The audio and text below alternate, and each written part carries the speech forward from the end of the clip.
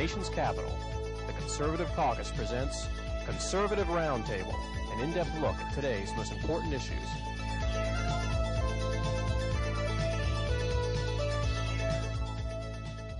Welcome to Conservative Roundtable.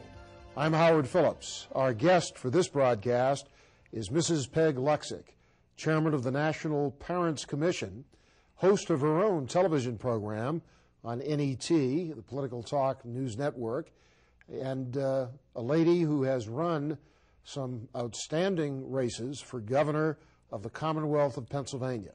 Mrs. Luksik is married with 6 children and has become nationally recognized as an expert on the key education issues facing our nation and a strong proponent for the rights of parents with respect to the education of their children. Peg, how did you get involved in the education issue? Well, I am a certified teacher in the state of Pennsylvania. My children range in age from 14 to 2, so I'm involved both personally and professionally in what's happening in education. Pennsylvania was one of the very first states that began to look at the total restructuring picture. I got a copy of the regs, read them, thought... When you say the total restructuring picture, do you mean policies emanating in Washington and coming into the states? At the time, we were told that each state, that Pennsylvania was doing it all by itself and that this was coming right from our state. We later found out that the policies were being directed from Washington and that all 50 states were doing the same restructuring, yet all of the citizens in all those different states were being told, oh no, this has nothing to do with anything that's happening anywhere else. What were the general themes of the restructuring? It changed education from traditional education, which was academically content-based, where you earned Carnegie credit units, to what's called outcome-based education, where the state sets the graduation requirements in terms of the attitudes, the skills, and the knowledge that the state says every single child has to demonstrate to the state standard. That fundamentally shifted education and became a mandate from the state to the child. It also turned the mission of public education. Instead of education being for your benefit, the purpose of public schools now became to create a workforce. And so we saw the Goals 2000, we saw the Improving America Schools Act, and then we saw the School to Work initiative, all happening from the federal level, making money available to the states if they bought into the programs and revamped their schools. Who started this? Is this Hillary Clinton's idea, or did it begin elsewhere? It began way before her. If you trace the national goals of education, we can trace them back to 1989. President Bush wanted to be the education president. The governors had a conference. The first one was in Virginia in early '89, and then in November in Wichita, Kansas, they had a conference just on education, talking about the national goals. And they were met by experts from across the country. One of them, Shirley McCune, who was the senior director of the Mid-Continent Educational Research Lab, said, we're really talking about restructuring society. And so we have to be honest about that we're just not talking about changing a little bit what's happening in the classrooms. We're talking about a fundamental restructuring of society, with schools really being the wedge. Well, where did they get the authority to do this? There's nothing in the United States Constitution which authorizes the federal government to be in education. And we're supposed to have a 10th Amendment which says that the power is not explicitly delegated to the federal government, reserved to the states or the people. By what claim has the federal government moved into these areas? Well, they just did. And they said it was in the common good, it was in the common interest, and we're going to make money available. And so they said, well, the programs are really voluntary because you don't have to apply for the money. But all the states become, pigs at the trough. So that was their excuse for getting around the constitutional issue. And in effect, the states invariably sold their constitutional heritage for a mess of federal pottage. Yes, for the dollars. And the best way for states to preserve their independence and the authority of the parents within the state is to say no to the federal money. Just say no. Right. Only that becomes very difficult because, for example, the state of Montana did say no, so individual school districts went to the federal government anyway. Virginia, the same kind of thing happened. So the government can bypass state authority? They are bypassing state authority. In Alabama, the state of Alabama applied for and received Goals 2000 money, and Governor James was educated on what was really happening, said, this isn't a good idea. I'm going to stop. I'm going to give the money back and I'm going to stop. And Secretary Riley, U.S. Secretary of Education Riley, wrote to the governor saying, sorry, the Department of Education has to tell us to stop. You can't pull the state out of this program. You mean the State Department of Education? Which was not under the authority of the governor? The secretary is separately elected in Alabama, but it's still a department under the auspices. He is the chief executive officer of the state, but they told him, well, you just can't get out. So then you have a power struggle between the states and the federal government, and how far does the governor go? We haven't had governors that have really gone far enough. Now, some of these names sound pretty good. Outcome-based education carries the connotation that you want good outcomes, that you want to improve the quality of education. School to work implies that young people are being prepared for careers at a time when jobs can be scarce. And everyone is taught from an early age how important it is to have goals. And 2,000 is a nice round number. What's wrong with these? Don't they sound wonderful? What's wrong with it? Let's take outcome-based education. Okay. The state isn't measuring outcomes. They're mandating outcomes. The state is not telling schools to teach things. They're saying to the children, you have to demonstrate what we say. I did a debate in Washington a number of years ago, and my opponent said, oh, Mrs. Luksik, you are just such a radical. These are goals everybody agrees with. Don't you want all students to learn that democracy is better than totalitarianism? And I said, no. And the audience went, ugh. I said, I want all schools to teach it. But once I mandate that a child believe it, I have totalitarianism. That's outcome-based education. It doesn't say I'm going to teach you. It says you have to believe and then show someone. So in other words, the federal government has created a mold, and they want to take our children, whatever their shape, whatever the direction we would assign them, and cut them and paste them and rearrange them so they fit into their mold. Right. Right. How do they do it? What are some of the details of this? If you look at the outcomes across all the states, and frankly, the federal government will say, and Mrs. Clinton, for example, travels the country saying, oh, federal government can't do that. That's silly. States submit plans, and the plans have to be approved. Well, the plans include your outcomes. So if the secretary isn't happy with your plan, he can turn the plan down. And in fact, states like Oregon and Pennsylvania and others have had to have their plan revised to be able to be approved to get the money. When we look across the country at the outcomes, we don't see literacy. We see students will come to appreciate the history and nature of prejudice. That's being interpreted in Grove City, Pennsylvania, with a curriculum on cultural relativity where all cultures have to be interpreted internally. There's nothing right or wrong. So, you know, if a nomadic culture wants to leave sick people or elderly people along the road, that's a very practical thing to do. And they taught people that in some societies, cannibalism has to be respected because it's the prevailing culture.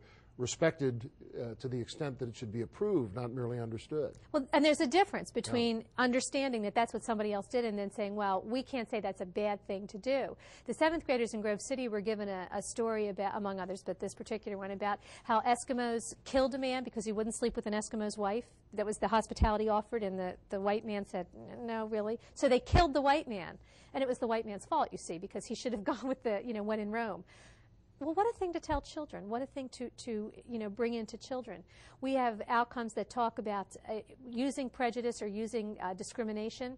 For example, in the state of Oregon, even the preschools have been told by the state, if you do a unit on families, you must include gay and lesbian families because it would be discrimination if you divided them up. So you have to, if you show pictures, 2 mommies, 2 daddies, mommy and daddy. They're all equal.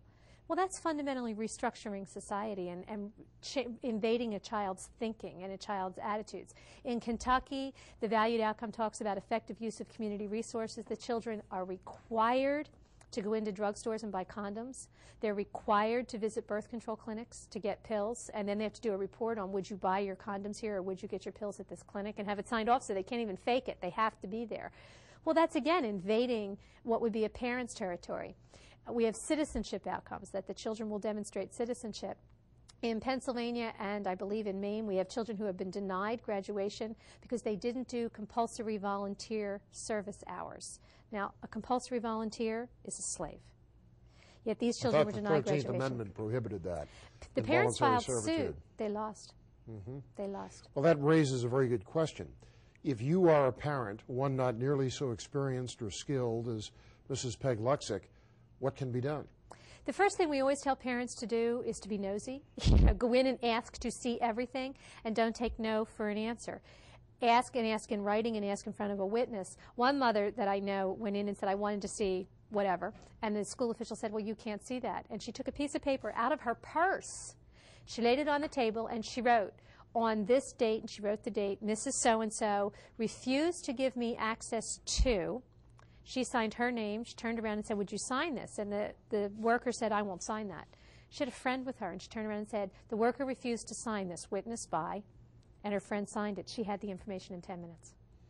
Because she documented it in writing. So in other words, parents have to have confidence to be assertive. You do. And that confidence has to arise from the knowledge that the children are theirs. Right. Not the teachers, not the bureaucrats, not the federal government. That's exactly right. The second thing you need to do is read. You know, don't just read. If your child, for example, let's say it's social studies, don't read the lesson they're having tonight only. Sit down at the beginning of the year and read the book. Does that mean you have to read every single word? No, but you're an adult. You should be able to skim a third-grade social studies book or even an eighth-grade social studies book in a night or two. Tell your child, bring it home, I want to see it. Because it's too late when they come home on Tuesday and say, we had for you to fix it. But if you read the book ahead of time and you know that chapter 8 in that book is going to deal with whatever it is and you're not too happy with that, you can plan ahead. Either you can write a note and say, well, when are you teaching chapter 8? I want my child excused from chapter 8. You can prepare your child for chapter 8 and get them ready for what's going to be there and teach them your point of view. You can demand an alternate curriculum for chapter 8, or perhaps you can go in and work with the district to have them not do chapter 8. But first you have to know that chapter 8 is there, and it's better to know it in September than in March when they taught chapter 8 yesterday. So we always tell people, work ahead, look at what's coming and be prepared for it so you know before the fact and can get yourself and your child ready. It's too late after they've already seen it and been exposed to it. Now, you ran twice for governor of Pennsylvania. You almost won the Republican nomination in 1990. And in 1994, your showing was of historic strength. You got the largest vote of any non-major party candidate for governor in more than 100 years. If you were ever to be elected governor of the Commonwealth of Pennsylvania, what could you do about this? Well, the governor has a lot of power in Pennsylvania. First of all, the Department of Education is part of the executive branch in Pennsylvania. And the governor has purse string power in our state, not just to zero out funding, but to reduce funding. The governor can require that budgets be submitted in a form that make all of those little programs separate line items so that they can be pulled out and zeroed out or changed. The governor can set policies in place saying that there'll be no program in the state implemented without validated research made publicly available before implementation. Not some superintendent or government official saying, trust me, Mrs. Blankenschmiel, you show me where this works and what happened to the children and how much did this cost.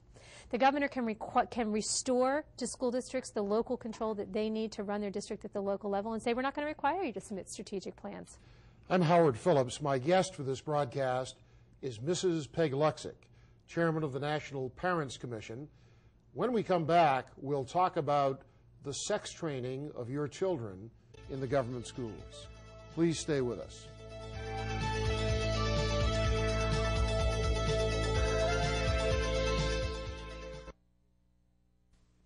Hello, I'm Howard Phillips. The Conservative Caucus has been actively fighting since 1974 for less expensive government and lower taxes imposed upon the American people by the federal government. If you want to become part of our effort to reduce the size and cost and regulatory burden of the federal government, I hope you will call the number shown on your screen. For more information about the Conservative Caucus, write us at 450 Maple Avenue East, Vienna, Virginia, 22180, or call 703-938-9626. Here's how you can become a citizen lobbyist and influence how your representatives vote. Write a letter to your congressmen and senators. Speak out on a call-in talk radio program. Write a letter to the editor of your local newspaper, and call the Conservative Caucus for more information at 703-938-9626.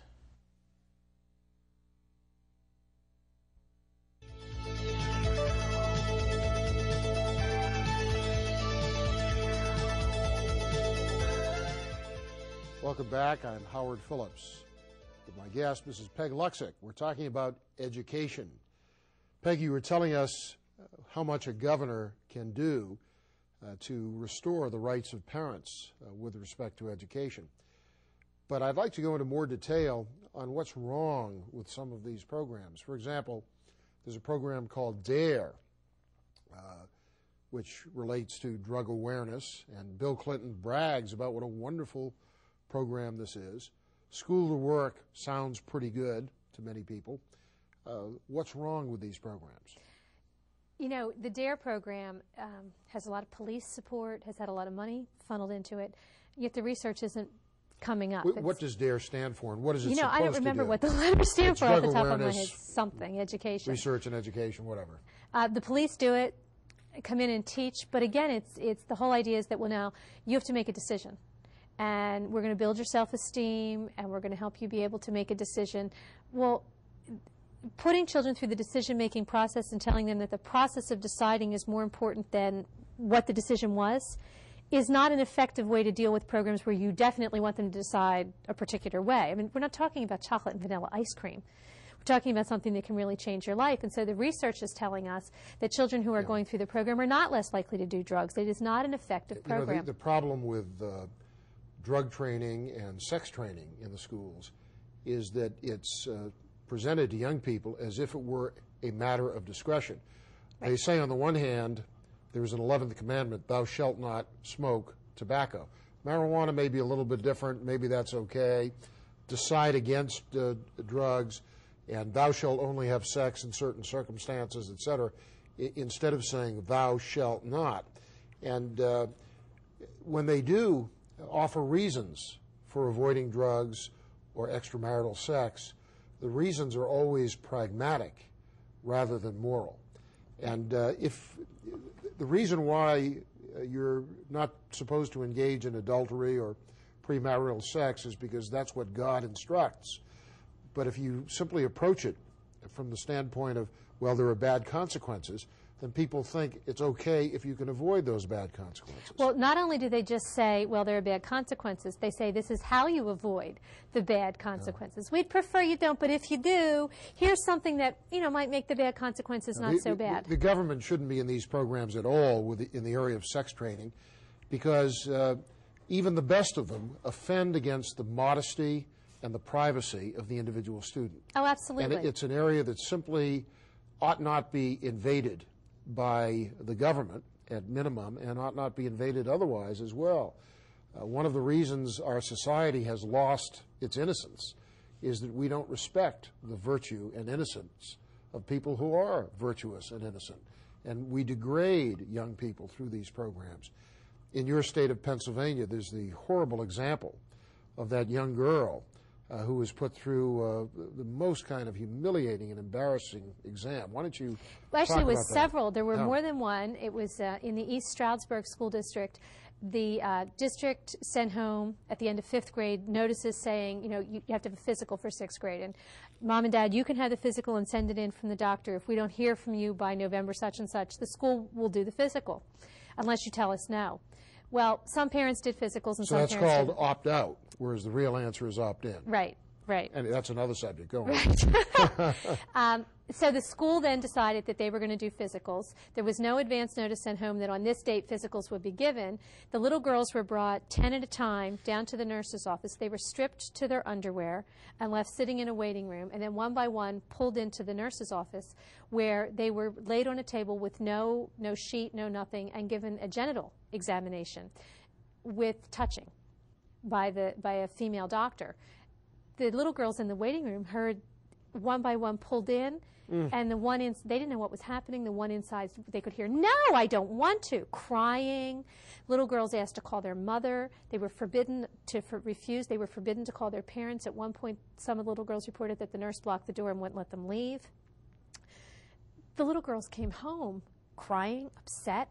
One little girl went into the shower and wouldn't come out for like a half an hour. They responded as if they had been violated, because they were been violated. There were about 50 little girls. Thanks to your friendly government. Right. There were about 50 little girls involved, and every single set of parents, as far as we know, showed up to complain. The district's first response was to say they were looking for signs of sexual abuse.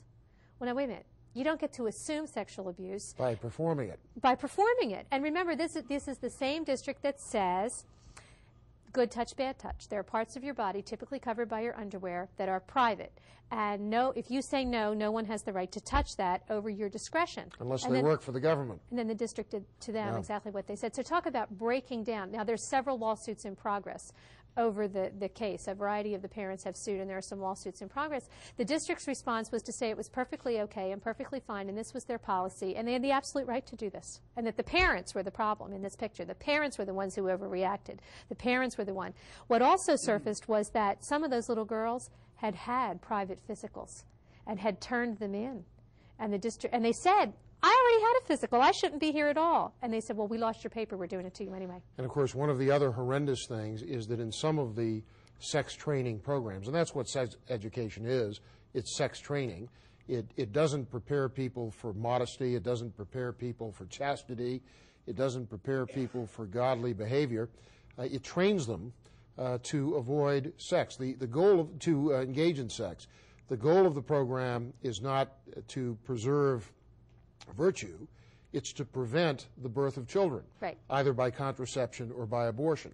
And in the course of training people toward this government-mandated objective, which is in basic conflict with the religious values of, I would hope, most Americans, they have gone so far as to actively encourage young people to engage in every conceivable form of sexual conduct short of actual penetration and intercourse. Right. Well, first of all, that's not reality, because, you know, it's like gunning the motor but saying, now don't take the car anywhere.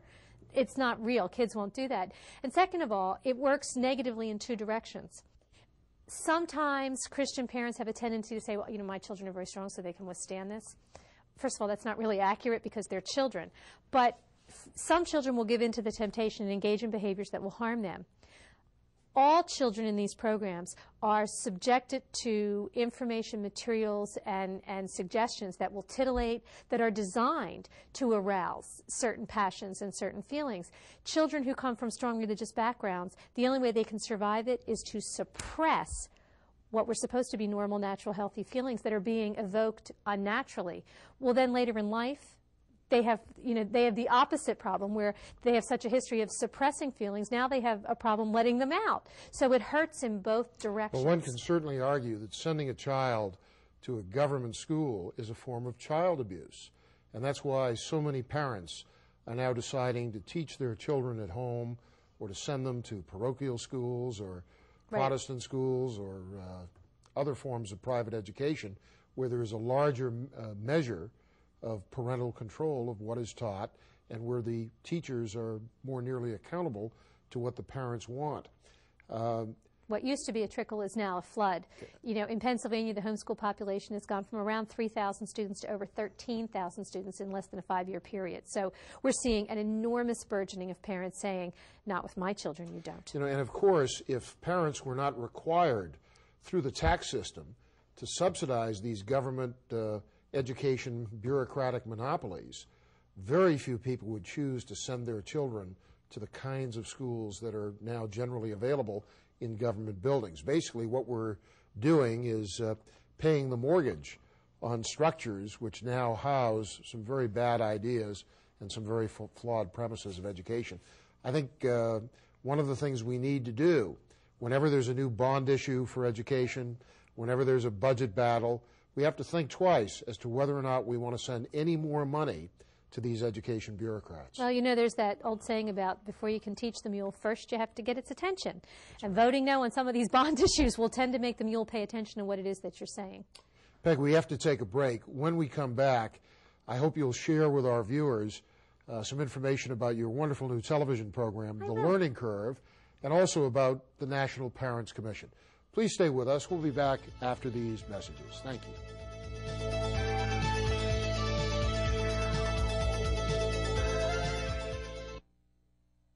Hi, I'm Howard Phillips, Chairman of the Conservative Caucus. I'm inviting you to learn more about the Conservative Caucus, a grassroots public policy action organization that was founded in 1974. Whether you're opposed to socialized medicine, interested in making Congress more accountable, stopping the New World Order, fighting gun control, reducing taxes, or restoring America to its biblical premises and constitutional boundaries, we're the organization you're looking for. Please call the number on your screen to get more information about our work. For more information, write The Conservative Caucus, 450 Maple Avenue East, Vienna, Virginia, 22180, or call 703-938-9626. Welcome back. I'm Howard Phillips. My guest for this broadcast has been my friend Peg Luksik, chairman of the National Parents Commission. Peg, in the couple of minutes we have left, tell us about the National Parents Commission, how people can learn more about your work, and if there's time, a little bit about your new TV show. The National Parents Commission was created in the early 90s to give parents a voice in public policy, because we kept hearing about, parents can't do this and parents want that, but nobody asked us. So we thought we needed parents to be able to speak as parents. People can contact us by dialing 814-539-3165, and there's a 24-hour voicemail on that, so they can call it at any time. If they hear a child's voice, I sometimes put it on call forward, when I'm at home, so my kids can, I can be home and do things too. So don't be upset if you hear a child's voice. It makes sense for anyone who wants to learn more about how to take control of the education of their children to get in touch with the National Parents Commission, because that's what you're all about. Right, and we do newsletters, and we also do some educational things, and then I travel and do seminars both on what's happening in education and then in how to take control as a parent. So we try to help people in both directions. We have a bit less than a minute. Tell us about the learning curve. Well, we're real excited about that. I just started at the beginning of January of this year. It's over at NET, National Empowerment Television. It's Wednesday nights from 8 to 9 p.m. Eastern Time. It's called The Learning Curve, and we combine both information on what's happened at the federal level with practical tips on how you as a parent can get involved and make a difference for your child. And it's basically an hour program.